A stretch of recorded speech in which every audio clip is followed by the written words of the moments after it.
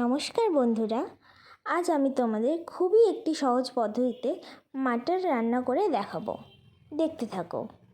কড়াইয়ে সর্ষের তেল দিয়ে দিলাম। তেল গরম হলে আলুগুলো ভেজে নেব।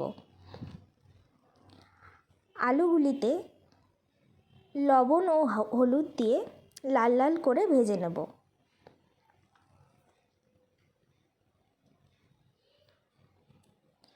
আলুগুলি ভালো করে ভাজা হয়ে গেলে তুলে নেব।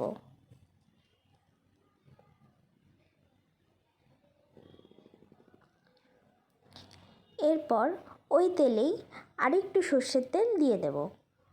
এরপর ফোড়নে দেব তেজপাতা, শুকনো লঙ্কা ও 1 চামচ গোটা জিরে দিয়ে দেব।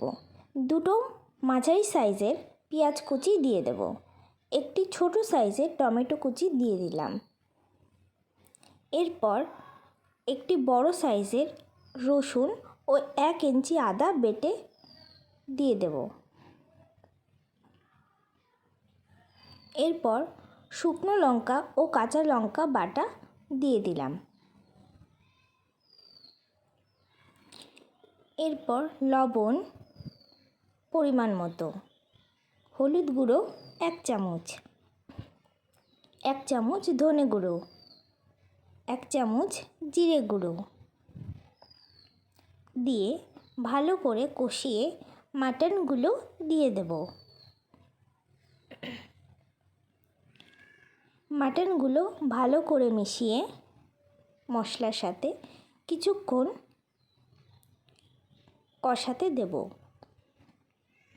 এরপর মাটন থেকে তেল ছেড়ে গেলে ভেজে রাখা আলুগুলো দিয়ে দেব। কিছুক্ষণ নাড়াচাড়া করে কষিয়ে গরম জল দিয়ে দেব পরিমাণ মতো। এরপর ফুটতে দেব কিছুক্ষণ, প্রায় 30 মিনিট।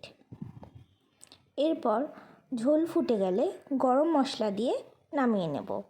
আমি এই ঝোল পছন্দ করি, তাই একটু ঝোলঝোলই নামালাম। কেমন হয়েছে অবশ্যই জানাবেন।